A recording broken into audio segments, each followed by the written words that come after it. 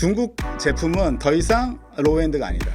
이제 삼성, LG가 있는 하이엔드 시장으로 우리가 간다. 멜론 910이라고 하는 화웨이 자체 칩셋을 사용을 했습니다. 그러니까 엔비디아의 적수가 누가 될까? 실제로 화웨이나 중국 기업들이 되지 않을까?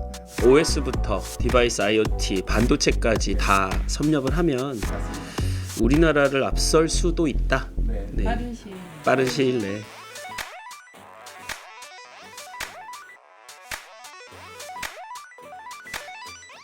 테크와 경제를 1+1으로 한 번에 배우는 시간. 테크 1타 강사 벌써 7번째 시간입니다. 요즘 냉장고와 세탁기 같은 가전에도 AI 기술이 들어가서 많은 분들이 관심을 좀 가지고 있는데요. AI 가전은 어디까지 왔고 현재 그 AI 가전으로 좀 우월한 국가는 어디일까 좀 알아보도록 하겠습니다. 네, 안녕하세요. 네, 안녕하세요. 광주과학기술원 AI정책전략대학원 대학원장을 맡고 있는 김준하 교수입니다. 반갑습니다. 안녕하십니까. 테크레디의 조성범입니다. 광주과학기술원과 오픈 이노베이션을 준비하고 있습니다. 이번 시간 1부에서는 중국 쪽 AI 가전 이야기를 좀 해보려고 하는데요. 그 자율주행에서 중국이 좀 앞서 나가고 있는데 AI 가전에서도 중국이 좀 이렇게 앞서 나가고 있는 상황인가요? 가전이라고 하면 실제로 들어가고 있는 기술들이 몇 가지가 있는데 첫 번째가 OS 기술입니다. 두 번째가 이제 거기에 들어가는 이제 애플리케이션 기술들, 그 중에 하나가 AI고요. 그 OS를 구동하기 위해서 여러 가지 파트들이 들어가는데 반도체, 그 다음에 배터리, 그 다음에 메모리, 이렇게 세 가지가 들어가거든요. 근데 이제 내수 경제 안에서 그걸 집적해다가 좀 더 나이스하고 스마트한 디바이스들을 빠르게 만들어내고 거기에 AI 기술을 전복하느냐가 화두인데요. 그것들을 이제 한국 기업이 월등하게 앞서고 있는 건 사실이고, 그거를 빠르게 추격하고 있는 것이 이제 중국이 아닐까라고 생각이 됩니다.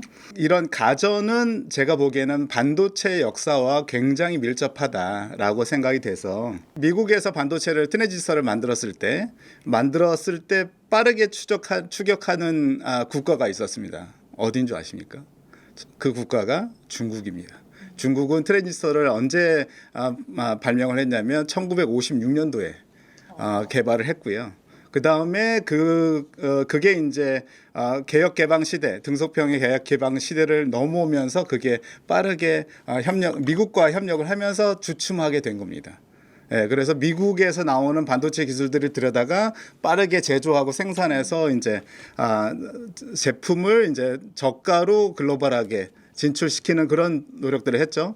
그런데 한국은 언제 시작을 했냐면 1969년도에 삼성전자 이병철 회장님께서 이제 산요 전기와 합작을 해서 실제 이제 삼성전자의 모태를 이제 만들게 되죠. 삼성이 전자회사로 탈바꿈을 하면서 이제 지금의 삼성이 된 거고요. 이 트랜지스터 기술을 이용해다가 이제 트랜지스터 라디오부터 시작하고 이제 흑백 TV로 이제 제품들을 만들어 가면서 그 다음에 이제 반도체 기술도 이어지죠. 근데 우리가 트랜지스터 기술을 받아들인 건 중국보다 한 17년, 20년 뒤의 일입니다. 하지만 우리가 더 빠르게 기술을 내재화해서 이제 앞서가고 있는데요. 중국이 미국에서 의존적으로 기술을 받아다가 사업을 하다 보니 이제 중국에서 생각한 것은 기술 내재화가 필요하겠다라고 생각해서 다시 등소평 시대에 있던 그런 캐치프레이즈, 그래서 스탠드얼론 하겠다, 기술의 자립화를 하겠다고 해서 지금 그 여러 기업들이 이제 테크 기업들이 나와서 반도체 기술이나 메모리 기술들을 계속 만들고 있는데요. 그 중에 가전 업체가 하이얼이라는 업체가 있습니다. 중국에서도 1등이고 전 세계적으로도 1등인데요. 그 하이얼이라는 업체가 공교롭게도 어느 회사를 ML을 합니다. 그 회사가 산요입니다. 예, 그래서 삼성전자의 반도체 기술을 전수해준 그 산요를 아예 하이얼이 흡수를 해서 실질적으로 가전의 초대를 만들고요. 두 번째는 미국 시장을 가기 위해서 GE를 흡수 합병을 합니다. GE 가전을. 그 하이얼이 이제 매출 규모로 보면 2022년에 매출 규모가 43조 원. 오. 네. 아니, 가전으로만요? 가전만 봤을 때 LG전자는 29조 원. 네. 네. 그다음에 월풀은 25조 원. 그러니까 지금 글로벌 탑입니다. 네, 하이어리. 예, 그래서 이제 중국 가전이 박리담회로 네, 저가 시장으로 이제 확대를 하고 있는 거죠. 사실 제너럴 일렉트로닉스라고 하면은 가장 파퓰러한 가전이에요. 맞습니다. 근데 그 하이어리 그거를 합병 인수를 했다는 것은 1등이 되는 게 당연하죠. 근데 이제 이게 스마트화가 되면서 실제로 반도체 관련된 이슈들이 계속 등장하기 시작합니다. 미국은 CPU, GPU, 메모리 기술을 더 이상 중국에게 판매하지 않겠다라고 이제 선언을 하니까 중국에 있는 핵심 엔지니어들이 모여서 이제 자급자족을 해야겠다라고 해서 세 가지 기술을 특화해서 만듭니다. 첫 번째가 반도체 기술이고요. CPU, 비메모리. 예, CPU, GPU를 우리가 우리 손으로 직접 만들겠다.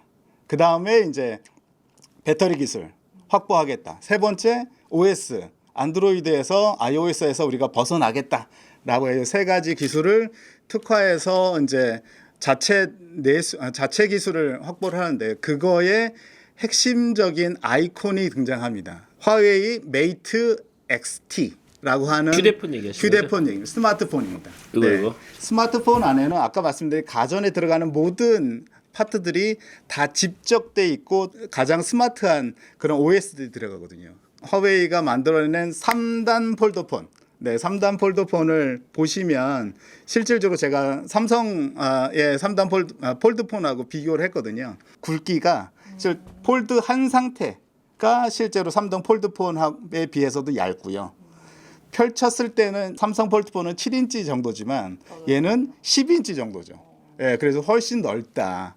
문제는 뭐냐면 그 태블릿 힌지에 대한 정밀도가 삼성거보다 좀 더 떨어진다. 그래서 뭐 번지거나 끝자락하고 부서지거나 접히는 부분 아닙니까? 맞습니다. 네. 그래서 이제 제가 볼 때는 화웨이는 아이폰 16이 출시되는 날 이 3단 폴드폰을 출시한 이유가 우리는 이제 하이엔드로 간다.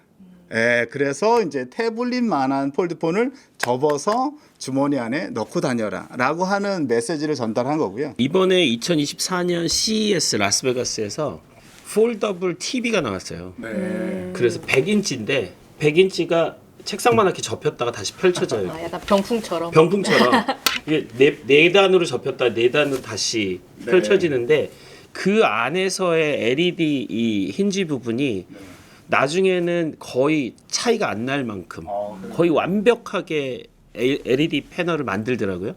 이게 아마 화웨이의 힌트가 아니었을까. 그래서 이렇게 크게 만들었다가 그걸 집적화를 하는 집적화하는 게 것이 이제 휴대폰이니까. 예, 휴대폰이죠. 그래서 디스플레이 입장에서도 엑설런트하게 와이드 화면을 이제 보여준다라고 하는 거고요. 두 번째가 실제로 가장 중요한 게 OS가 하모니 OS라고 하는 화웨이의 OS를 담았다. 해외 버전은 안드로이드 OS를 쓰고 국내수 버전은 하모니 OS를 사용하게 됩니다. 근데 이 하모니 OS를 리눅스 커널을 이용해 가지고 자체 OS를 만드는 거거든요. 그러니까 실제로 안드로이드 없이도 되네요. 그다음에 마이크로소프트 리눅스가 없이도 네. 우리가 중국 내에서는 자생할 수 있다라고 보여준 거고요.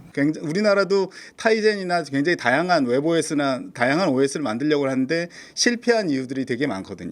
근데 일단 물량이 따라주니까 지금 하모니 OS가 쓰고 있는 그 디바이스 수가 몇 개인 줄 아세요? 10억 개입니다. 출시한 지 4, 5년밖에 안 됐는데 10억 개를 웨어러블 디바이스, 스마트폰, TV 뭐 일단 다 망해도 네. 다시 고치면 되니까. 맞습니다. 그 수리하면서 또 다른 기술들을 배우니까. 그래서 이제 하모니 OS를 이제 풀고 그거를 이제 그거에 대한 생태계를 만들기 시작합니다. 두 번째는 CPU. 네, 키린 9010이라고 하는 CPU도 그것도 이제 화웨이가 직접 제작한 겁니다. 네. GPU라기보다는 NPU죠. 네네. 그 반도체인데 뉴럴 네트워크 가능하게 맞습니다. 한. 네. 그래서 이제 그런 이제 CPU 칩셋을 화웨이가 직접 개발했다. 그래서 더 이상 퀄컴 필요 없다. 그 다음에 GPU도 멜론 910이라고 하는 화웨이 자체 칩셋을 사용을 했습니다. 그러니까 엔비디아의 적수가 누가 될까? 실제로 화웨이나 중국 기업들이 되지 않을까? 그 다음에 배터리는 아까 말씀드렸다시피 이게 폰 자체가 굉장히 얇은데 실제로 삼성폰보다 30% 정도 효율이 더 좋습니다. 얇아졌는데도 훨씬 더 많은 이제 배터리 용량을 갖고 있다라고 해서 이 메시지는 뭐냐면 중국 제품은 더 이상 로우엔드가 아니다. 우리 로우엔드는 다 끝났고 이제 삼성, LG가 있는 하이엔드 시장으로 우리가 간다라고 하는 메시지가 아닐까라고 생각을 합니다. 그 지난달 그럼 이파에서 어떤 기술이 가장 뭐 주목을 받았을까요? 이번 이파가 100주년 기념 이파예요. 그래서 1924년 오픈을 한 이후로 첫 번째 입장을 하고 딱 들어가면은 아인슈타인이 막 얘기를 하는 게 나옵니다. 그런데 이 아인슈타인이 이파에서 얘기하는 그 영상을 살려낸 게 삼성이에요. 근데 라디오에 대한 이야기, 이파에서 FA가 라디오 전시회란 뜻이에요. 인터내셔널 FA. 이게 이제 독일어로 라디오 전시회인데 그 라디오를 설명하는 아인슈타인 영상을 베를린에서 얘기하는 그 영상을 살려낸 게 삼성인데 들어가자마자 삼성관이 가장 큽니다. 근데 삼성만큼의 사이즈가 나오는 게 하이센하고 하이얼이에요. 삼성을 한 바퀴 돌고 하이센을 한 바퀴 돌면 삼성하고 순서가 비슷한데? 이렇게 되어 있습니다. 그럼 사이즈는 상당히 비슷하고 메인이 AI 냉장고였습니다. 양쪽 다. 결국은 이파가 이번에 던진 메시지는 가전은 이제 AI로 간다. 이런 메시지가 던져진 것 같습니다. 이파가 원래 International Funk Ausstellung 이라는 뜻으로 이번에 100주년으로 Innovation for All이에요. 모두를 위한 혁신인데 거기 혁신이 전부 AI입니다. CES도 이제 올해 1월에 AI였고요. 그래서 AI의 가전이라는 이 부분에서는 이파가 아예 가정으로 갖고 들어오는 홈, 그다음에 홈 생태계 그 부분에서는 CES랑은 조금 차별성을 뒀던 것 같아요. 그러니까 삼성과 하이센을 비교를 하자면 겉모양 비슷해요. 겉모양 비슷한데 삼성은 딱 문을 열 때 손잡이를 잡고 열지 않아도 돼요. 밑에 센서가 있어서 IoT가 있어서 살짝 스치기만 해도 문이 탁 열리거든요. 그래서 하이센은 일단 문을 열어야 돼요. 이렇게 이런 거부터 차이가 나고 디테일의 차이가 있어요. 근데 그리고 삼성은 카메라가 안쪽으로 달려 있어서 음식을 볼 수 있게 돼 있어요. 바깥에서도.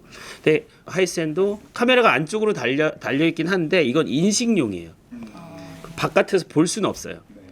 그래서 그런 차이점, 디테일로 보면은 이런 차이점들이 약간은 기술의 차이가 나요. 그리고 요새 로봇 청소기가 청소계에서 좀 이렇게 혁신으로 불리고 있는데 보니까 유명 브랜드들이 많잖아요. 근데 또 중국 브랜드들이 또 많더라고요. 또 중국이 자율주행 시장에서 또 이렇게 앞서 나가니까 로봇 시장에서도 좀 앞서 있는 상황인가요?